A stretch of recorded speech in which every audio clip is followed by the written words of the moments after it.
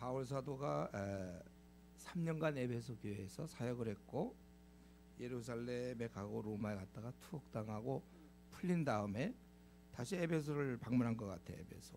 그리고 현재는 지금 마게도냐에 있는데 바울 사도는 특별히 믿음의 아들 디모데에게 오늘 본문을 보니까 이제 거짓 교리와 싸우고 또 교회 여러 일을 잘 돌볼 것을 권면합니다. 이것이 이제 디모데 전서의 내용이에요.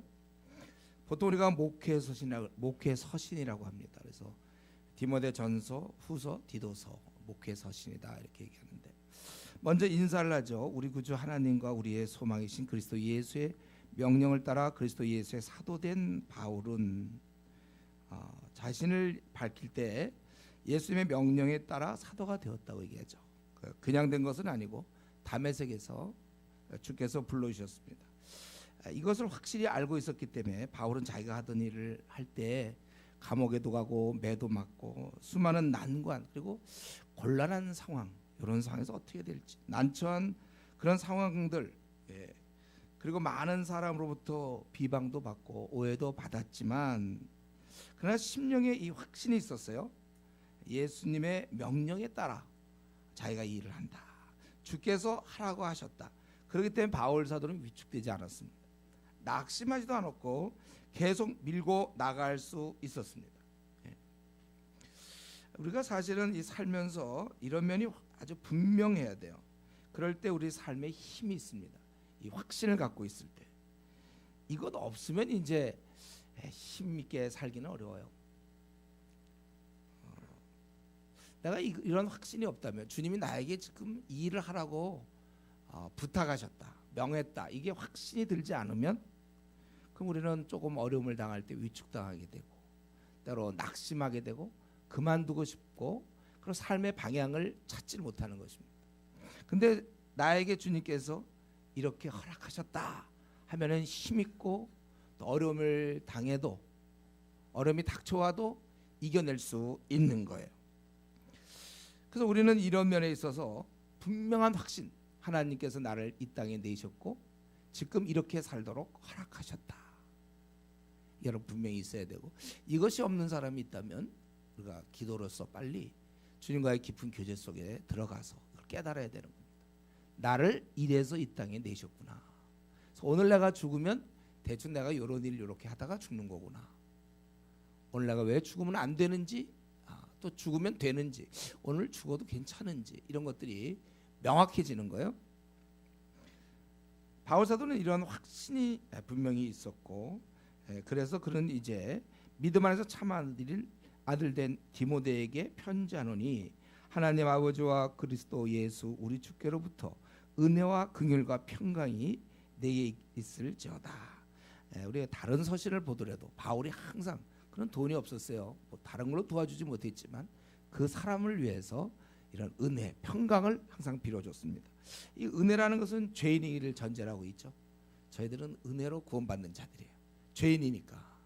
그런데 또 우리는 약한 자예요. 비록 구원받는 자, 천국의 아들, 딸들이지만 우리는 약한 자이기 때문에 그렇기 때문에 우리는 항상 우리의 상태가 이럴 수밖에 없기 때문에 긍휼을 원해요. 긍휼.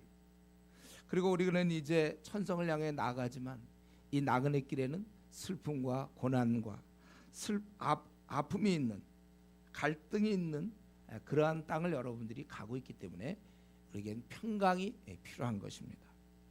그러니까 우리는 하나님의 은혜 없이는 단 한순간도 살 수 없는 존재인데 그만 착각해요. 자기가 어떤 일이 잘 풀리거나 원하는 대학을 가거나 원하는 직장 보통 얘기하는 잘 풀려나가면 좀 은혜가 없어도 좀 살 것 같이 생각을 해요.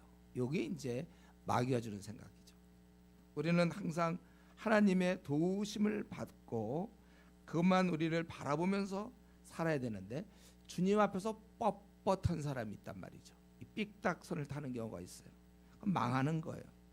그리고 우리가 사실은 이런 주님의 은혜를 받고 제대로 신앙생활에 궤도에 오르면 결과적으로 우리 안에는 평강을 우리가 누리게 되어 있습니다. 요한복음 14장 27절에 말씀하신 것처럼 우리는 평강이 있어요. 이 평강, 이 평안 이것은 바로미터 역할을 한다고 그렇게 제가 말씀드렸죠. 아마 제가 생각하니까 100번도 더 얘기한 것 같아요. 내 신앙생활을 제대로 하는지 안 하는지 어떻게 알 수 있습니까? 제대로 하고 있는 사람들은 마음에 깊은 평안이 있는 거예요. 항상. 이 평안이 없다면 여러분 점검 받으셔야 돼요. 오늘 이 평안이 있다가 또 없어지기도 하고 그래요. 기쁨을 갖고 있다가 마귀가 뺏어갔다가 다시 우리가 뭐 수련회나 뭐 이런 것에서 다시 기쁨을 빼앗아 오고 평안을 빼앗아 왔다가 또 어느 세상에 또 평안을 또 기쁨을 반납하는 경우가 있고 이게 이제 살면서 늘 계속되는 거예요. 그래서 오늘 이 시간에 내 안에서 지금 이런 깊은 평강이 없다면 평안이 없다면 하나님 앞에서 점검해야 됩니다. 문제가 생긴 거거든요. 평안이 없는 것은 기쁨과 평안이 없는 것은 문제가 생긴 거예요.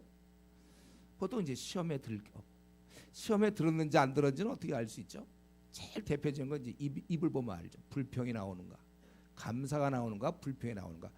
불평이라는 것은 똑똑하기 때문에 문제를 잘 봐서 불평하는 게 아니에요. 얼마든지 잘 볼 수 있어도 우리는 우리가 입술을 단속을 해서 감사가 나올 수 있단 말이죠. 그러니까 보통 시험에 드는 사람들은 이제 불평이 나와요. 그리고 그러니까 우리가 문제가 시험에 들었거나 아니면 이제 이 나그네 길에서 부딪히는 문제로 염려 근심이 우리가 염려 근심에 빠져 있거나 염려 근심될 수 있는 상황은 우리에게 죽을 때까지 닥쳐요. 다만 그러는 염려를 하지 않는다고 그랬죠. 우리는 성도와 세상 사람들의 차이는 똑같이 염려될 상황이 몰려오지만 성도는 염려하지 않는 거다. 아니면 이제 돈의 욕심이 생겼을 때 이 평안이 없어집니다. 돈을 사랑함이 일만하게 뿌리가 되기 때문에. 아니면 세상 재미에 마음을 빼앗겼거나 이럴 때 생기는 거고. 또 이런 거 말고라도 보통 이제 비교 의식 때문에 생길 때 많아요. 자기 그냥 잘 지내는데 저 사람은 이제 저렇게 사는데 뭐 좋은 학벌과 뭐 좋은 외모와 좋은 직위, 좋은 직장. 근데 나는 왜 이러는가? 이게 순전히 비교하면서 우리 이제 시기심이나 열등감, 또 교만한 마음도 생길 수 있고, 죄를 범할 수도 있겠고. 어쨌든 평안, 우리가 그래서 이 기쁨과 감사와 평안을 잃어버렸다면 우리는 꼭 회개하셔야 돼요. 회개해서 다시 회복해야 됩니다. 이건 우리 이 평강이라는 것은 오직 주님 안에만 있는 거예요. 세상은 마귀가 지배하기 때문에 어떠한 평안도 있을 수 없습니다. 절대로 세상 사람은 평안하지 않아요. 행복하게 보이는 건 맞아요. 그러나 행복하지 않아요. 근본적으로 우리가 행복하죠. 그러니까 세상 사람이 아주 기뻐하고 행복해하면 그게 이상한 거예요. 그게 또 반대로 신앙인이 행복하지 않으면 그것도 또 이상한 겁니다. 이 신앙인의 마음속에 평안이 없고 기쁨이 없다면 그게 이상한 것이요. 주님을 믿지 않는 주제에 행복하고 평안을 누리는 사람이 있다면 그게 또 이상하다. 뭐가 이상한지 알겠어요? 지금 뭐라고 이상하다고 뭐가 그랬는데 뭐가 확실히 아셔야 돼요, 여러분. 우리가 평안을 누리지 않는다면 그게 이상한 거다. 우리는 기쁘고 평안이다. 되는 일은 없어도, 그게 우리 신앙입니다. 죽어도.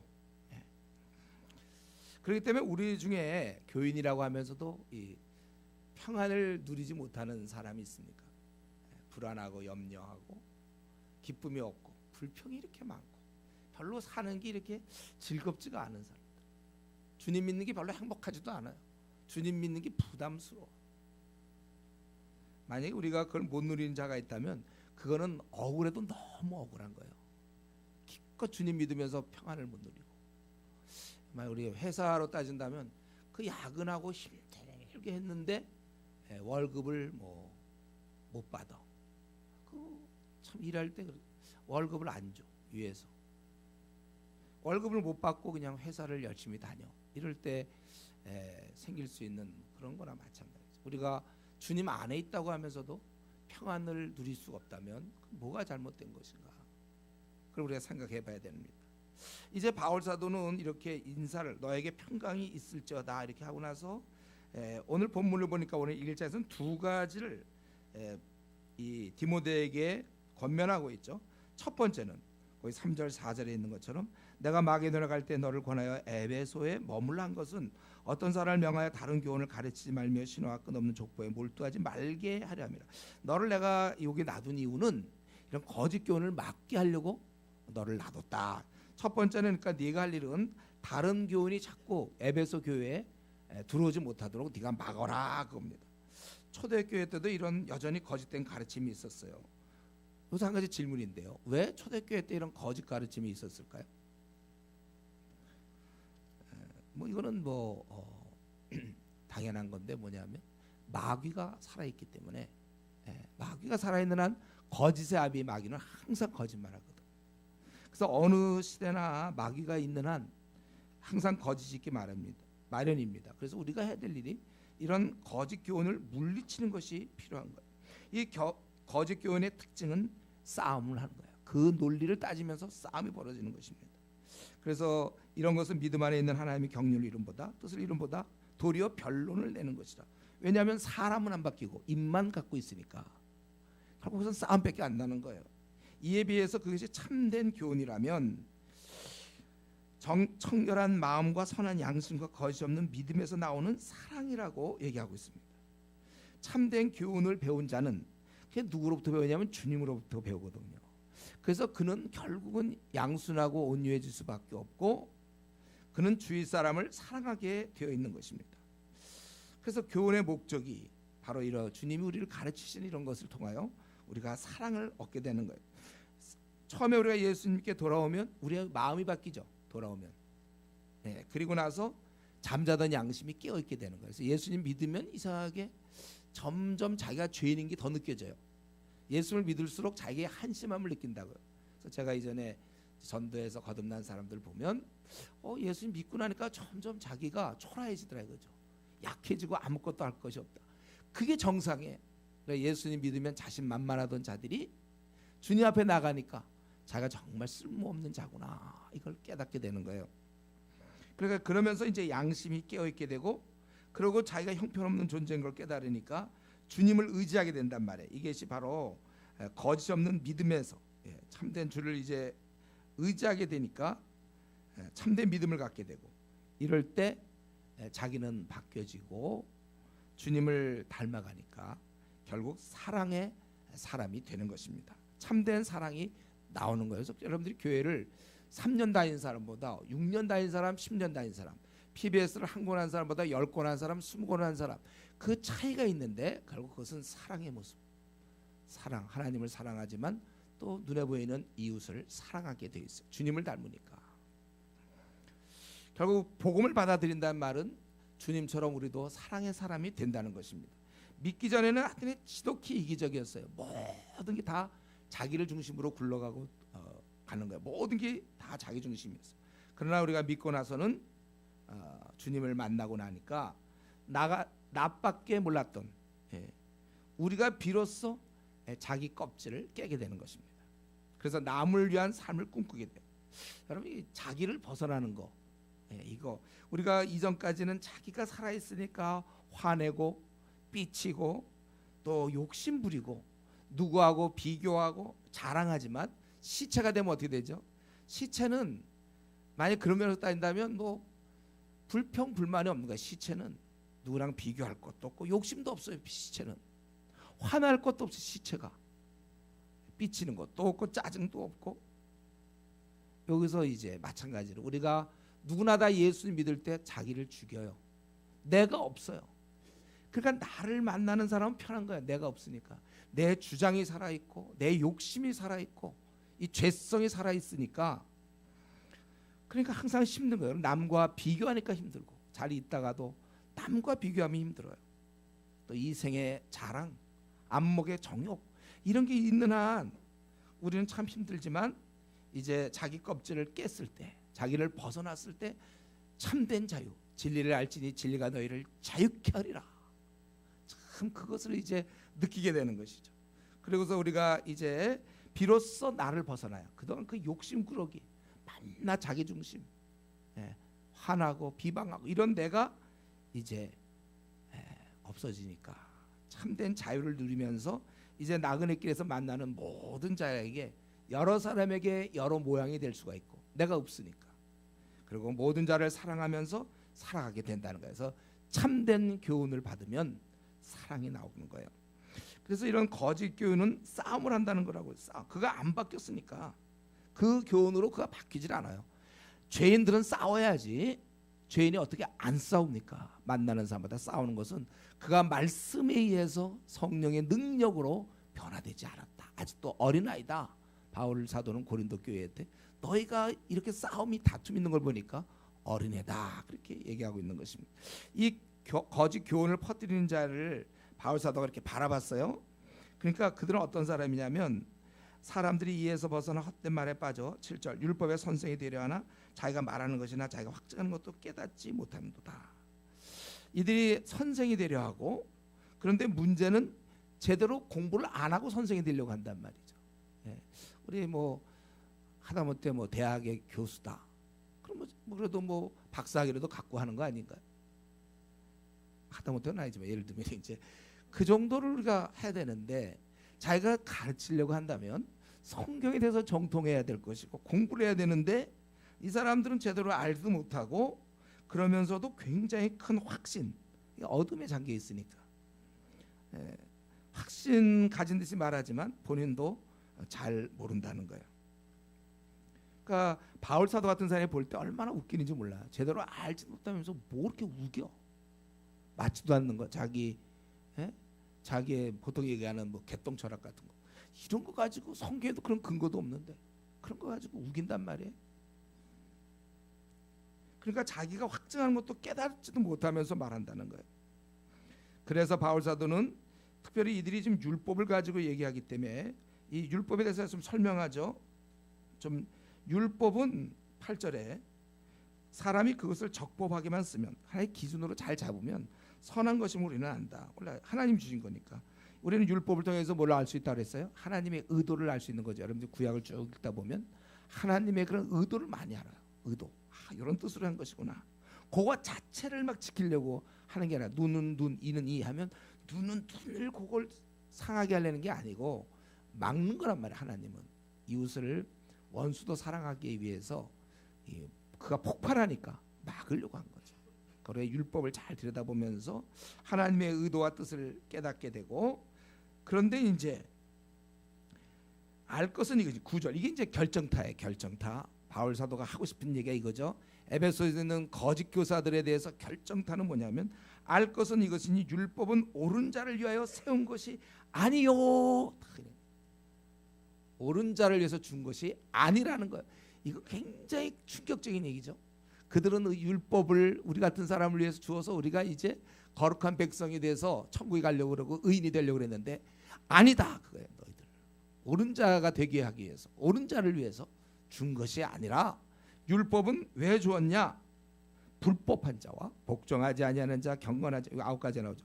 죄인과 거룩하지 아니한 자, 망령된 자와 아버지를 죽이는 자, 어머니를 죽이는 자, 살인하는 자며 음행하는 자와 남색하는 자와 인신매매하는 자와 거짓말하는 자와 거짓 맹세하는 자와 기타 바른 교훈을 거스리는 자를 위함이니 이렇게.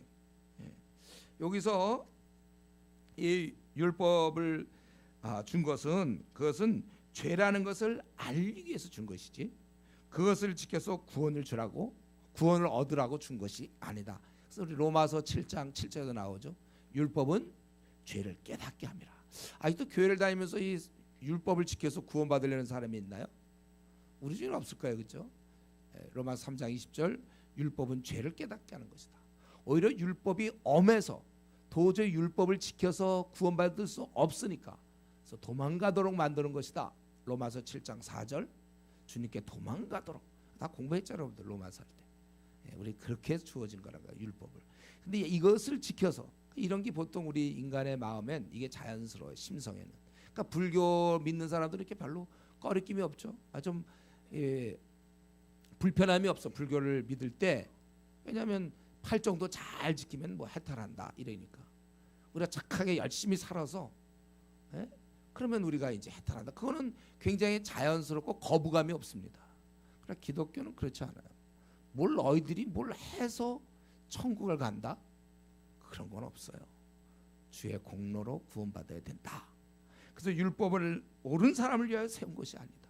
제대로 돼갖고 그래서 우리 보고 구원받으라고 율법을 주었느냐? 전혀 아니라는 거죠. 바로 이 사실이 사실 오늘날 불교의 중들이 이 사실만 한다면 얼마나 좋겠습니까? 교회 모태신앙 저 같은 경우 20년 동안 사실 이 문제가 정리 안 된 거잖아요. 나는 열심히 신앙생활하면 구원받는 줄 알았는데 그거랑 전혀 관계가 없다는 것을 이제 깨달은 거예요. 바로 그 당시에 에베소 교회에 이런 거짓 교훈을 붙잡고 있는 사람들이 있었다는 거예요. 그러니까 이거 결정탄 거예요. 그런 건 아니다 이렇게 얘기하고 있어요. 이에 비해서 참된 교훈은 11절부터 17절까지 참된 교훈. 그래서 이 교훈은 근데 이제 이 거짓 교훈을 얘기하면서 참된 교훈을 지금 얘기하려고 하는데 자기가 맡게 된 거라고요. 자기가 맡겼다. 11절. 이 교훈은 내게 맡기신 것인데 아주 영광스러운 것이다. 그래서 자기에게 맡긴 거라는 걸 얘기하면서 바로 자기의 경험으로 바로 전환되는 거예요.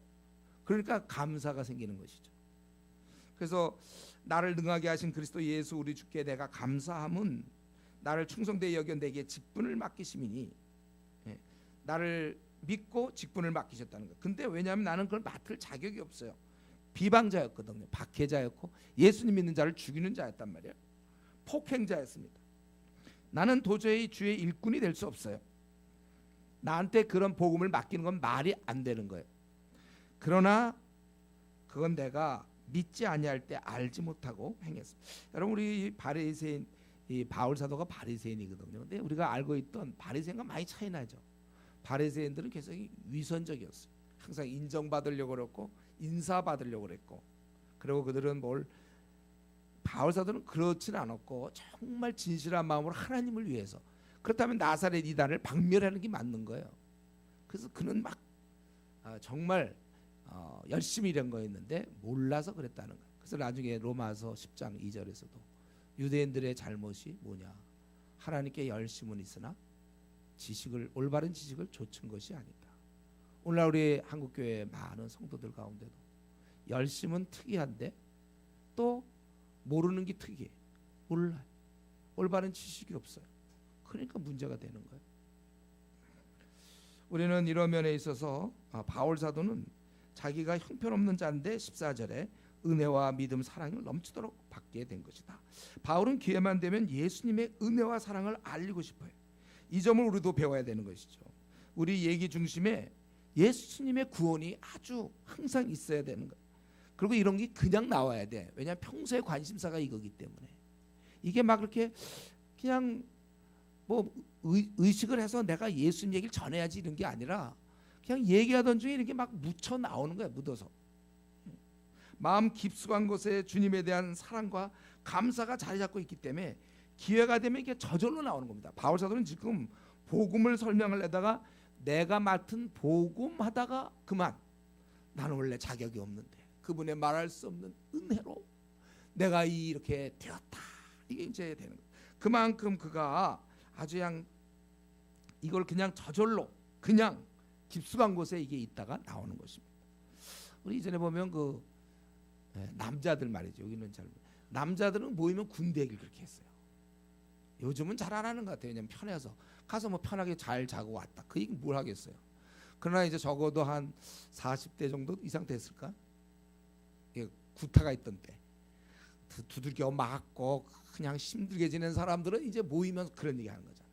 기합 받았던 거 힘들고 막 이러면서 이제 특공대 출신들 더 좋아요. 특공대 그거 제가 막 얘기하고 있단 말이에요. 우리 게 말고 우리 게 특공대들은 내가 보니까 조금 약간 방위 같기도 하고 그런데 하여튼 그럼 별로 할 얘기 없잖아요. 무슨 자기가 방위를 했다면 별로 할 게 없는데 이 군대 우리 이전에 보면 하여튼 남자들만 보면 군대 얘기 많이 했어요. 의도 맞았어요. 그리고 금방 누가 그런 얘기하면 금방 감정이입이 돼요. 다 지역은 달라서도 대충 군대에서 그때 내음한 생활, 의도 맞던 생활, 뭐 거기서 뭐 이런 게 다 있으니까 서로 이게 막 잘 통해. 왜 그렇습니까? 왜 군대 얘기만 많이 하죠? 아주 깊은 인상과 제가 충격을 받았으니까 그때 경험하지 못하던 거 그런 거나 마찬가지. 바울 사도도 자기가 정말 생각할 수 없었던 하늘의 은혜를 경험했기 때문에 그 안에 감사가 있고 거기에 대해서 정말 그칠 줄 모르는 그 마음 속에 이걸 알리고자 하는 열정이 있었던 것입니다.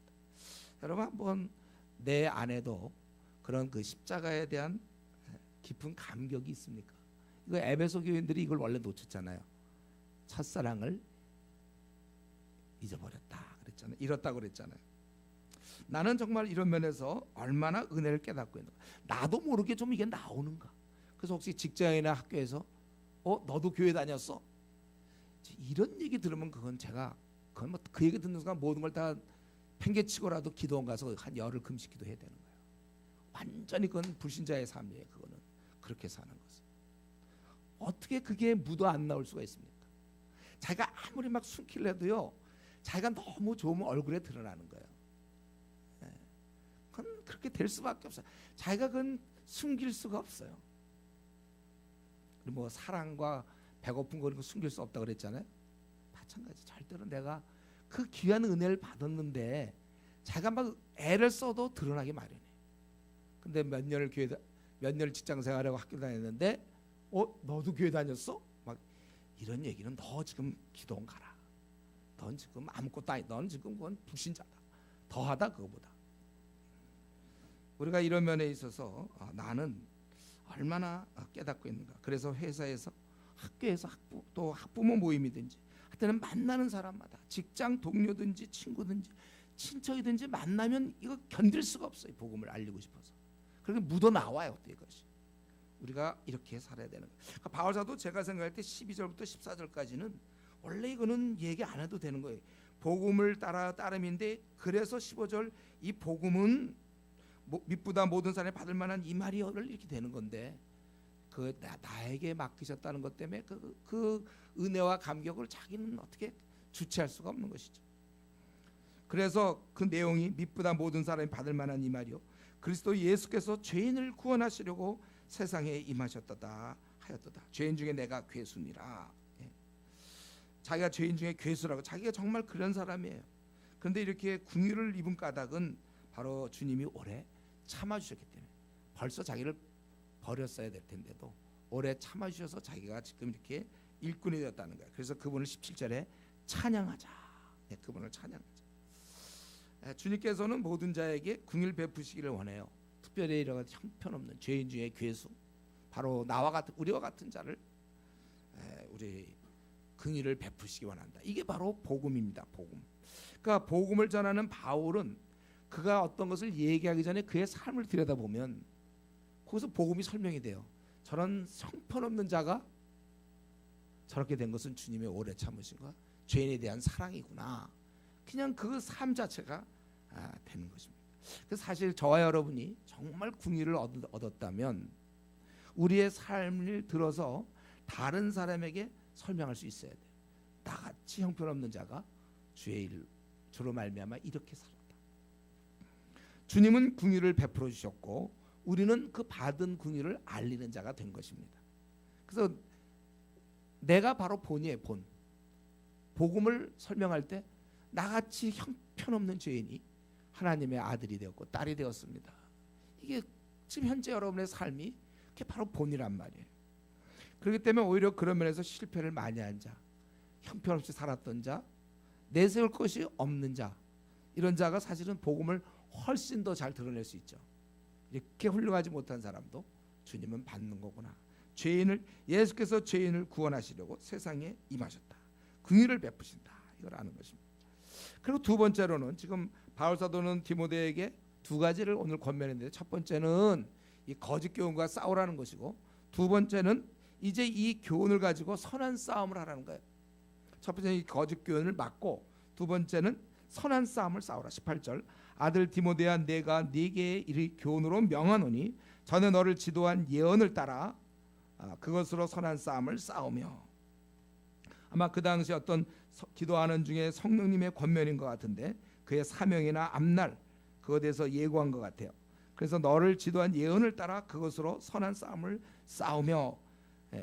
이 교훈으로 앞에서 얘기했던 진리의 말씀, 죄인이 예수님께 돌아오는 이 교훈의 말씀에 따라 계속해서 퍼뜨리라는 것입니다. 그런데 이것을 할 때 19절 좀 조심할 점은 믿음과, 그것은 영적으로 주로 완전히 의지하는 것이죠.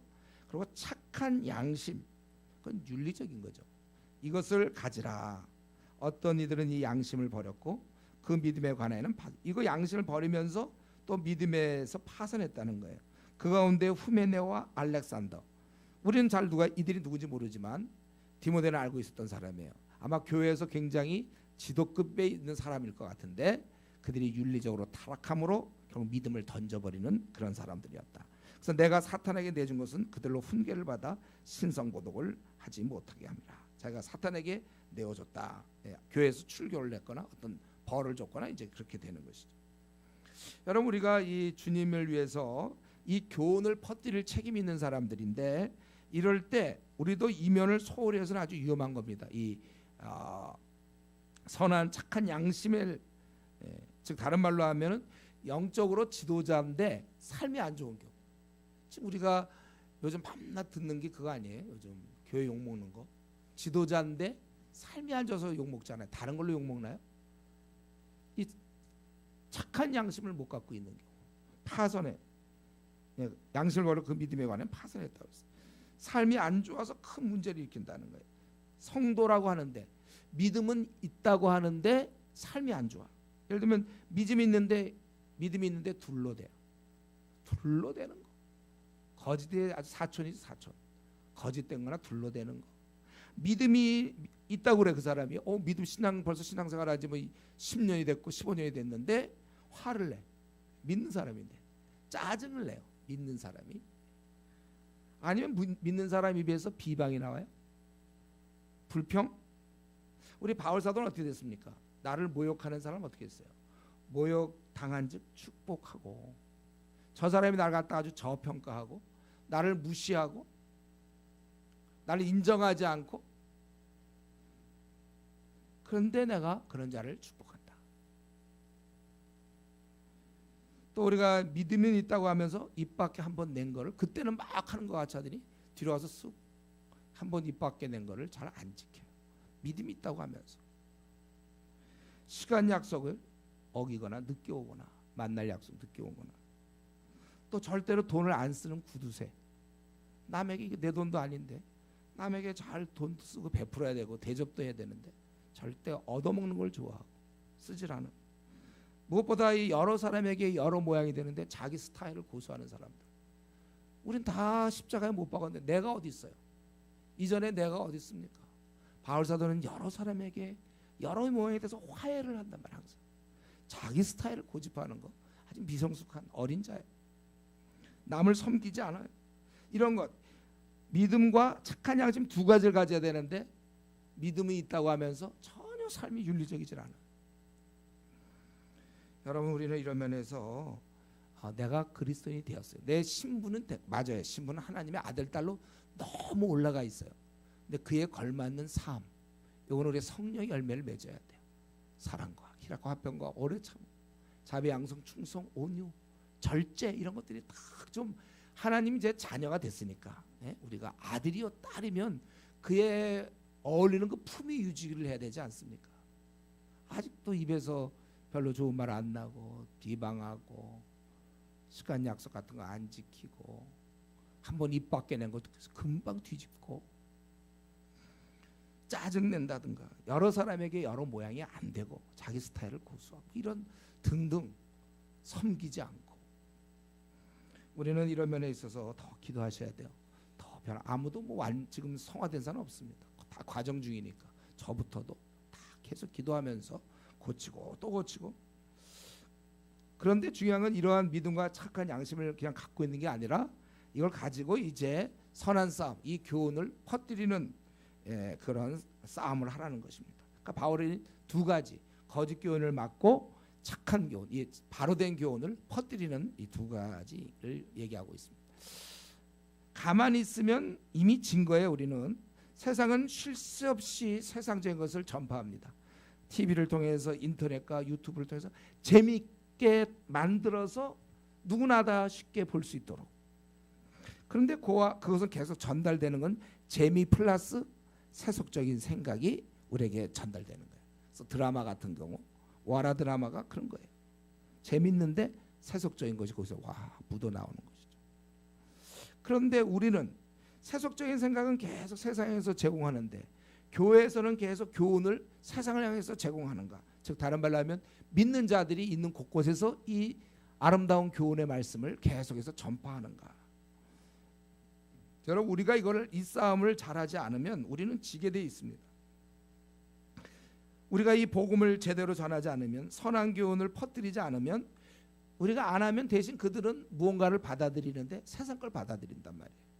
그래서 결국은 진리의 대적자가 되는 거예요. 우리 중2 이게 무슨 문제가 있습니까? 왜 문제가 되죠? 걔가 부모 말 안 들어요. 자기 하겠다는 거 하고 때로는 교회도 안 나가겠다는 거예요.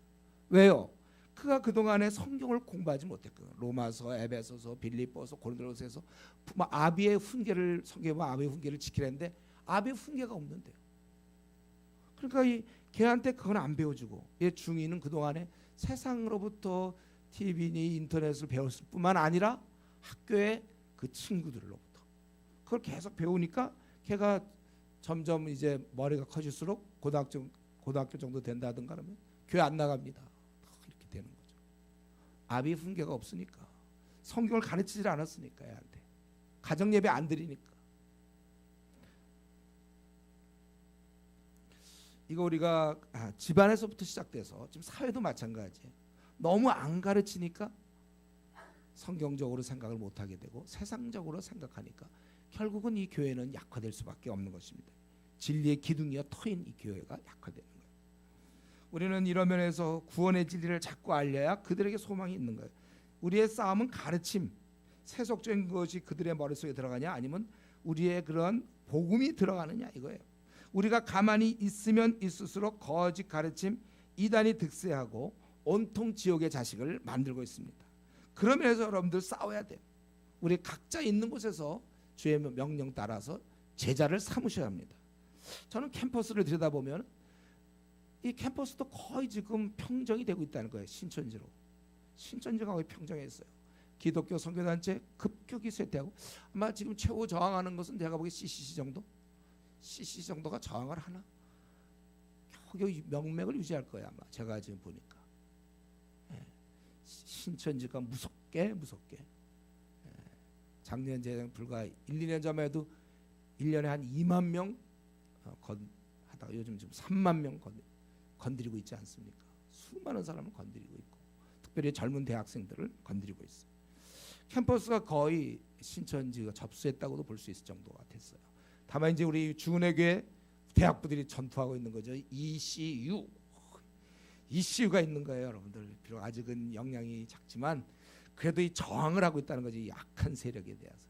이게 중요하다는 거예요. 가만히만 있으면 안 되고 뭐라도 싸워야 되는 거예요. 그리고 이제 직장에서는 제가 보기에 BBB라고 생각해줘요. 한국에 소망이 있다면 그 BBB 이들이 지금 한 2,000명, 많게는 3,000명까지 있지만 그들이 직장에서, 여러분, 우리가 이러고 있는 동안 그 직장에서 전투하고 있거든요.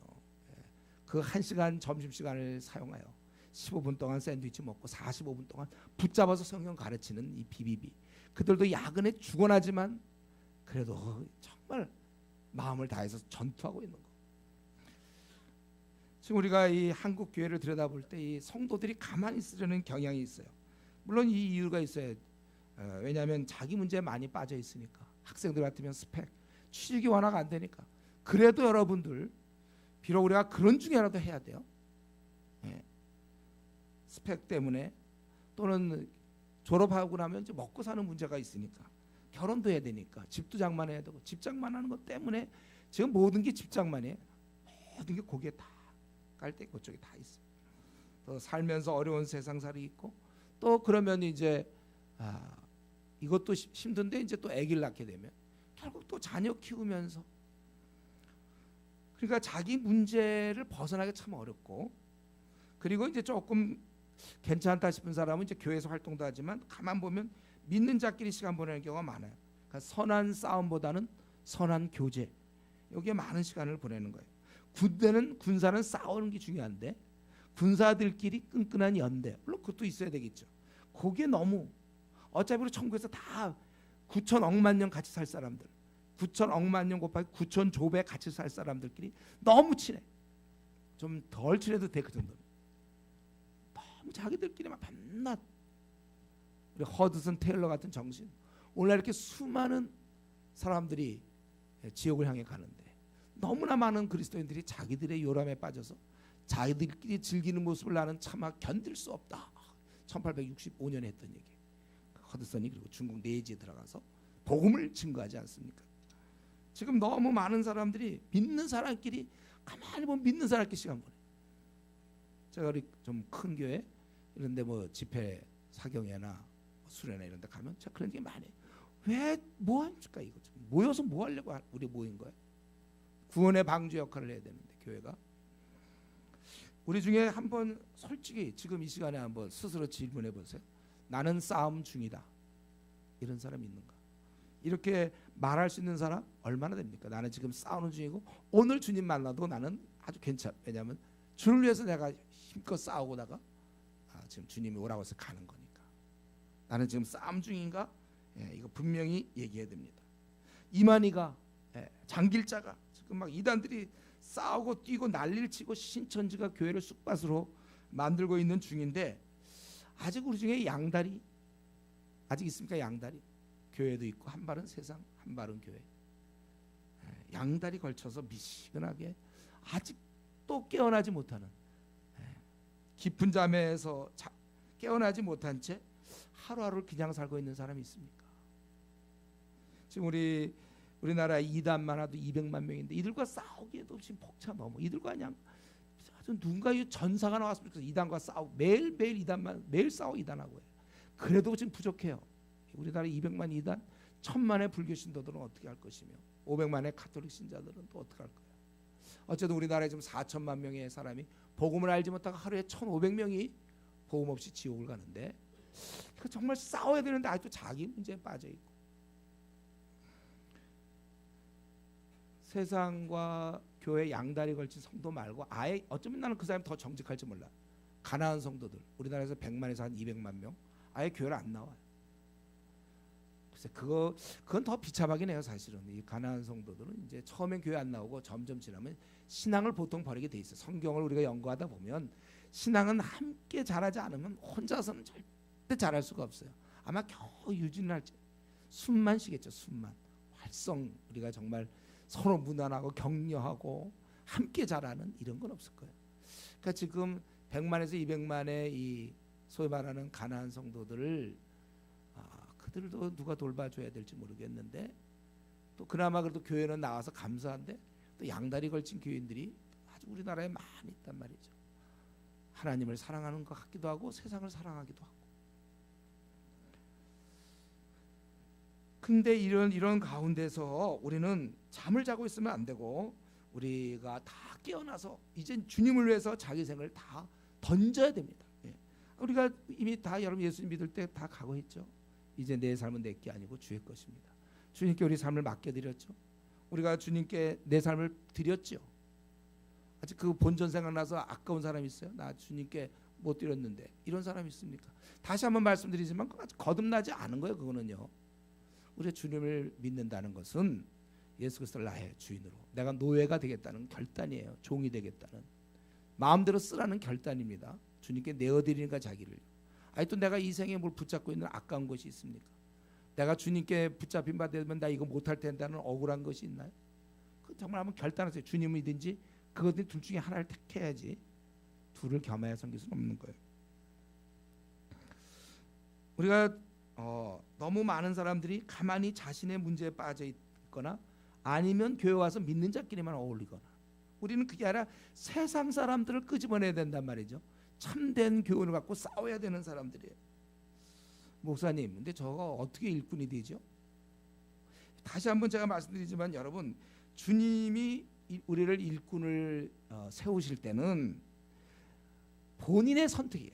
주님은 이미 자리를 주셨고 네가 원하면 하라는 것이라고 그랬죠. 주님의 일꾼 뽑으심이나 맡기심의 특징은 우리 보고 선택하라고 하신다. 자기가 저도 그랬어요. 제가 그거 아닙니까? 성경 읽다가 추수할 곡식 휘어져 있지만 일꾼은 심이 적다. 저는 그 말을 그대로 받아들였어요. 나래도 나 같은 거라도 일꾼이 돼야 되겠구나. 그때 대학 시절에 결심한 거고 지금까지 제가 뛰는 거예요. 저는 주님의 일꾼으로 지금까지 살았어요. 근데 이거 제가 무슨 임명장 받은 것도 없고 제가 원해서 한 거예요. 우리 주님께서 우리를 일시킬 때는 본인의 선택을 원하십니다. 그러니까 여러분 어떤 음성을 듣는 것이 아니라 주님의 일꾼이 되는 것은 음성을 듣는 것이 아니라 깨닫고 나서는 거예요. 각자가 그것을 깨달으면 족합니다. 그리고 이제 말씀을 마치겠는데 한 가지만 더 말씀드리면 우리는 지금 싸워야 돼요. 근데 싸우지 않는 성도가 너무 많다는 게 내가 지금 속상한 부분이에요. 한국 교회를 보면 왜 이렇게 일꾼들이 안 되는지 이게 좀 속상한데, 근데 한 가지 더 싸우는 일꾼들에게 부탁하는 건데, 일꾼들한테 지금의 현실은 우리만 싸워서 되는 게 아니라니까. 내가 싸우는 것만 해도 너무 귀해요. 드디어 오랜 동안 신앙생활 하더니 드디어 일꾼으로 나셨군요. 굉장히 귀해요. 내가 싸우는 것만 해도 지금 얼마나 많은 사람들이 자기 자리에 머물러 있는데 우린 싸운단 말이에요. 일꾼이 됐단 말이에요. 너무 귀해요. 그런데도 불구하고 한 가지 2% 부족한 것이 있는데, 그건 바로 이 싸움은 우리만 혼자 싸우기엔 너무 벅찬 싸움이기 때문에 다른 사람도 끌어들여야 된다는 거예요. 군사를 늘려야 되는 거예요. 군사를 늘려야 되는 거예요. 바울 사도는 그걸 얘기한 거잖아요. 지금 디모데야 네가 선한 싸움을 싸워라. 근데 본인도 자신도 열심히 싸우고 있어요. 그러면서도 다른 사람에게 이 싸움을 하라고 얘기해요. 우리 바울의 이 생각을 우리도 배워야 되는 거예요. 우리만이라도 일단 주의 일꾼이 되는 건 중요해요. 아직 일꾼이 아직 안 된 사람들, 오늘 이 시간을 계기로 나도 주의 편에 확실히 서겠다. 양다리 한 다리 끊고 확실히 이제 내가 주님을 위해서, 누가 보더라도 쟤는 정말 미쳤구나, 완전히 예수쟁이구나, 그거 들릴 만큼 확실히 주님 편에 서는 거 중요해요. 근데 여기서 더 나가서 다른 사람을 권유해서 그를 주의 일꾼으로 만드는 것. 그래서 우리 디모데 후서에서도 나오죠. 2장에서도 네가 은혜 속에서 강하고 또 네가 충성된 자에게 부탁하라. 그가 또 다른 사람을 가르칠 수 있을 거다. 이걸 해야 되는 거예요. 지금 너무 많아요. 제가 이번에 어느 교회를 갔는데 아주 그 교회가 아름답게 잘 지어져 있어요. 저 내곡동 쪽인데, 그래서 아주 이렇게 쭉 언덕으로 쫙 올라오면 교회가 잘 지어져 있어요. 그래서 거기 목사님들 보니까 이제 부목사님 교육자들 보니까 아주 뭐 전원 생활을 즐기고 계시더라고. 그래서 야, 전원 생활을 즐기고 계시네 이랬더니, 자기들 근데 한 가지 고민은 뭐냐면 눈이 올 때 쭉 비탈길에 그거 다 해도, 우리는 뭐 그런 거 안 해도 되는데 그거 다 치워야 돼. 생각해보세요. 여러분, 눈이 거기 쭉 이렇게 있는데 혼자가 어떻게 치우겠어요? 근데 거기 뭐 교육자들이 많이 있고 또 교회 직원들도 있으니까 함께 막 5명이면 5명, 10명이서 같이 치워야 된단 말이에요. 눈은 계속 올 때 이거 치우려면 힘이 생겨서 같이 할 때. 그러니까 마찬가지 그런 예를 든다면 그런 거 비슷한 거죠. 우리는 지금 어마어마한 싸움이 벌어져요. 지금 신천지와 싸울래도 우리 한 100명 이상, 1000명 필요해. 제가 계산해 보니까 너무 많은 사람들이 필요해. 지금 당장 그것만 해도 이단과 싸울래도 지금 1000명, 10,000명 필요하단 말이에요. 더구나 이 성경을 공부할 수 있는 사람이 필요해. 또 우리 뭐 군 복음화를 위해서, 또 경찰 복음화를 위해서, 대학생 이 사회를 복음화시키기 위해서 얼마나 많은 사람이 필요해. 직장 복음화를 위해서, 저 무슨 법조인 복음화를 위해서도 그렇고, 가정 사역을 위해서도 지금 일할 사람이 너무 많고, 이 청소년들 범죄하는 애들 그 불량 청소년들 도울 사람도 많고, 청소년 교육도 시급하고, 이른 주서 어릴 때 빨리 복음도 전해야 될 것이고, 우리 지금 뭐 싸움이 너무 많은데, 그럼 우리 성도들 무장시켜야 되고, 한국 교회를 바꿔야 되고, 지금 동성애 문제도 우리 싸워야 되고, 뭐 끝도 없어요 우리 싸움은.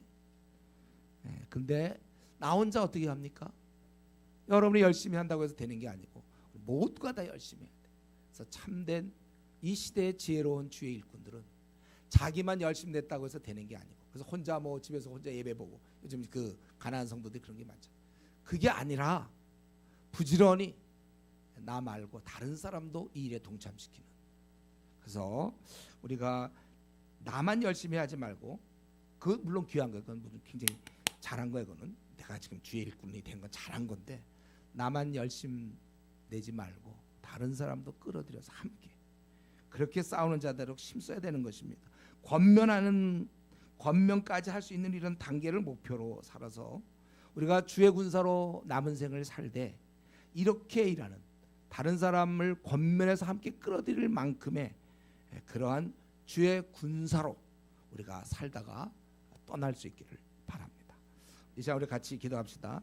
나는 정말 지금 누가 보더라도 주의 일꾼 맞는가? 쿡 찔러도 난 주의 은혜가 감사와 찬양이 나한테 나오는가? 그만큼 나의 삶의 지금 중심에 말할 수 없는 주님의 은혜가 있는가? 그리고 내가 주님의 일꾼 마땅하다면 또 나는 얼마나 주위 사람을 권하여 함께 이 영적 전투의 최선봉에 서서 내 한 몸을 불태우는가? 정말 내 인생을 한번 불태워서라도 내가 한번 주를 위해 살기를 원합니다. 우리 자신을 한번 들여다보면서 이제 한번 통성으로 기도하겠습니다.